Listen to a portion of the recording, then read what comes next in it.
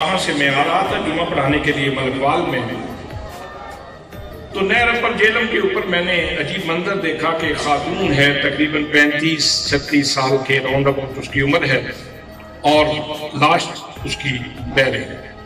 میں نے دیکھا، میں نے دوست کو فون کیا، میں نے کہا ڈنگا تھانہ میں اطلاع کر دیں، لاش جا رہی ہے، اور میں چونکہ میرے پاس وقت تھوڑا ہے، میں نے جمعے پہ پہنچنا ہے، تو آپ اس کو ذرا سنبھالیں اور پتہ کریں ہسٹری کیا ہے۔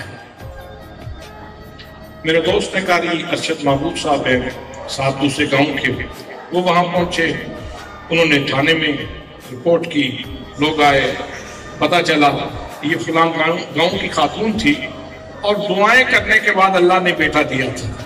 حضرات، اگر آپ کے دل میں ماں اور باپ کی تعظیم اور تکریم کے جذبات موجود ہیں تو اس کو بڑا دھیان سے سنیے۔ پتہ چلا کہ بیٹا دیا تھا رب نے، 4-5 سال کا ہوا تو اللہ نے واپس لے لیا، تو ماں کی عقل معاف ہو گئی، اس نے بیٹے کے کپڑے اور بیٹے کے جوتے اکٹھے کی اور ایک کچھڑی باندھی، اور کچھڑی باندھ کے اس نے سینے کے ساتھ لگا لی۔ اب ماں کو کہا جاتا ہے کہ روٹی کھا لے، وہ کہتی نہیں میرا بیٹا گر جاتا ہے، نہیں میرا بیٹا گر جاتا ہے۔ عقل معاف بھی ہو جائے تو محبت معاف نہیں ہوتی۔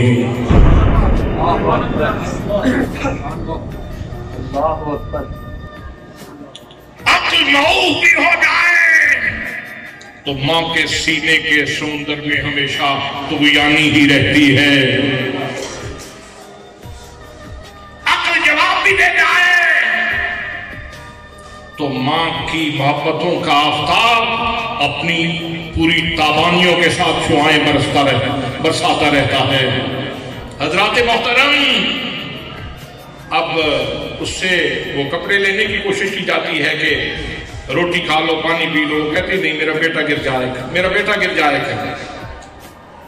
گھر سے نکلی، وہ اٹھائے ہوئے، دیکھنے والے تو جوتا دیکھ رہے تھے، دیکھنے والے تو کپڑے دیکھ رہے تھے، معاف عقل والی ماں ابھی بھی سینے سے بیٹے کو ہی لگائے ہوئے تھے۔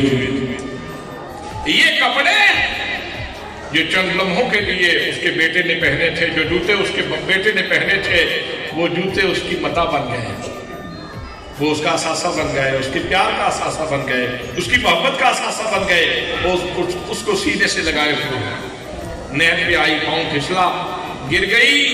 حضرات، پانی پانی ہے، قانون قدرت ہے، پانی ان کپڑوں کے اندر داخل ہوا تو پانی نے اس ماں کی گچڑی تو چھین لی، ماں کی گچڑی تو چھین لی، لیکن حضرات مرنے کے بعد بھی اس کے بازو یہیں پہ کھڑے تھے، اس کے بازو تو یہیں پہ کھڑے تھے، بازو یہیں پہ کھڑے تھے۔ کیا مطلب؟ مطلب یہ ہے کہ پانی نے اس کے بیٹے کے جوتے کو چھین لیے، اس کے بیٹے کے کپڑے کو چھین لیے، لیکن پانی اس کے سینے سے اس کے بیٹے کی محبت نہیں چھین سکا۔ ماں کے پیار کا حالہ ابھی تک اسی طرح موجود تھا، اسی طرح موجود تھا۔